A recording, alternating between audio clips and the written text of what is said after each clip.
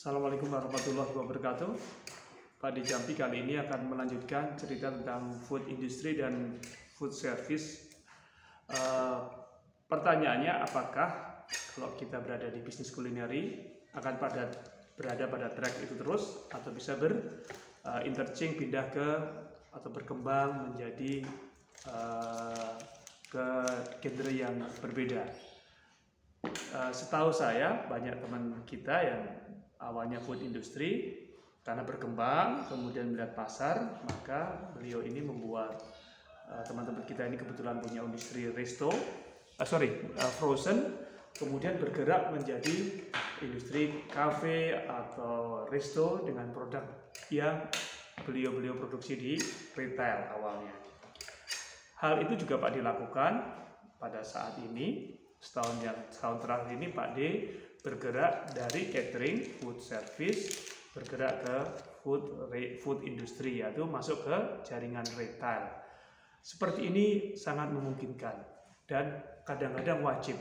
Pada saat kita melihat pasar kita sudah mulai jenuh berperang di kota yang kecil, misalnya di tempat Pak D ini ingin expand ke kota-kota sebelah atau ke luar provinsi, maka yang paling memungkinkan tadi adalah kita akan masuk ke retail, karena kita tidak mungkin direct selling ke customer langsung melalui kecuali menggunakan online ya, memungkinkan sekali dengan online hari ini dengan marketplace.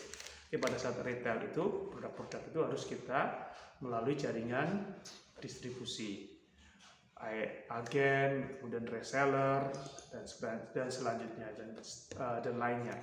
Hari ini Pak D mau tunjukkan produk-produk yang awalnya yang kita lakukan adalah sebuah kategori catering.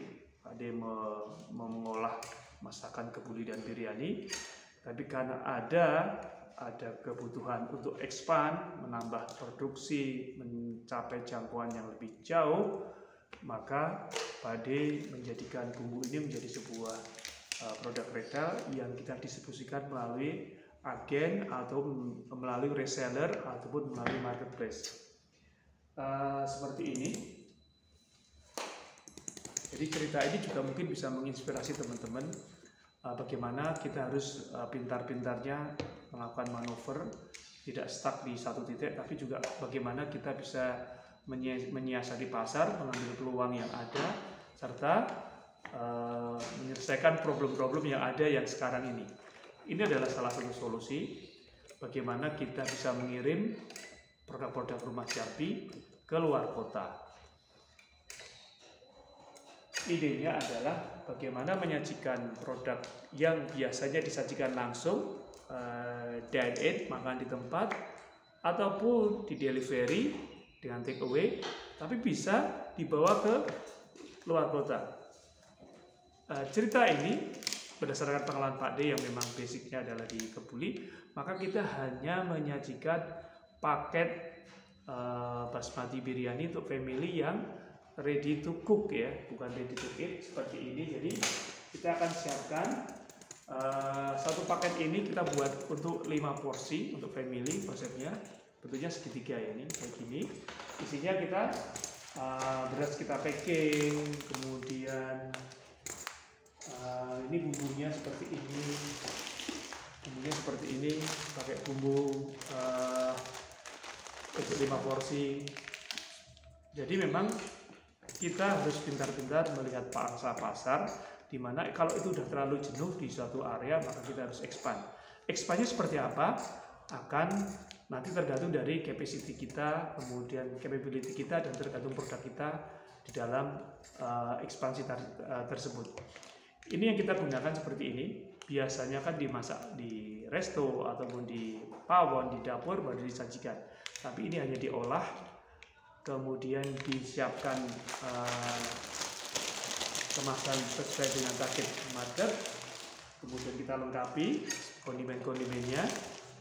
Maka ini menjadi sebuah mata dagangan baru yang tidak berubah dari genre awalnya sebagai penjual kebuli nasi. Ini akhirnya kita bisa expand sampai keluar pulau, sampai ke mimpinya sampai ekspor. Jadi teman-teman tadi bagaimana dengan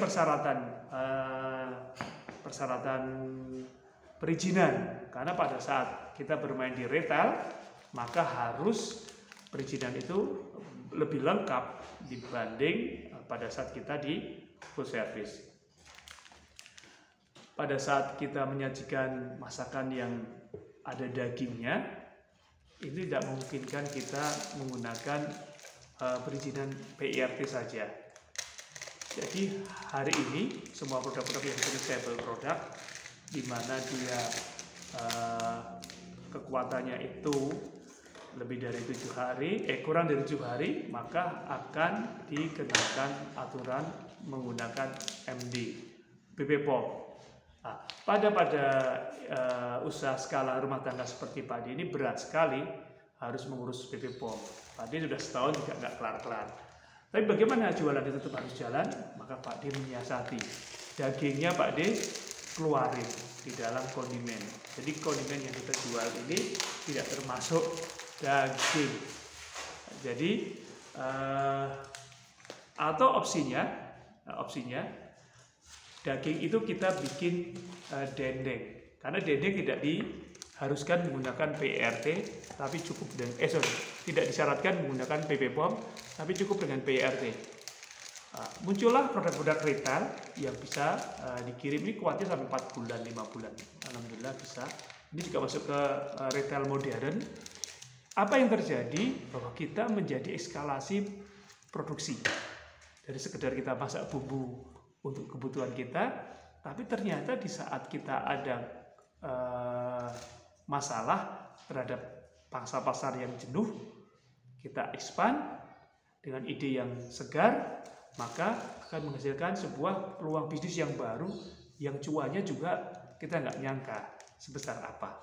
Jadi teman-teman tidak perlu khawatir untuk berekspansi, berkreasi, menciptakan pasar-pasar baru. Walaupun itu harus dengan channel-channel baru. Sementara itu dulu cerita Pak D sore ini. Nanti saya perlu komen-komen dari teman-teman semua, pengalaman pada kakak-kakak semua yang sudah menjalani usaha seperti ini, ataupun teman-teman yang ingin menjalani bisnis kuliner seperti yang teman-teman lain sudah lakukan. Sampai ketemu di cerita Pak D berikutnya.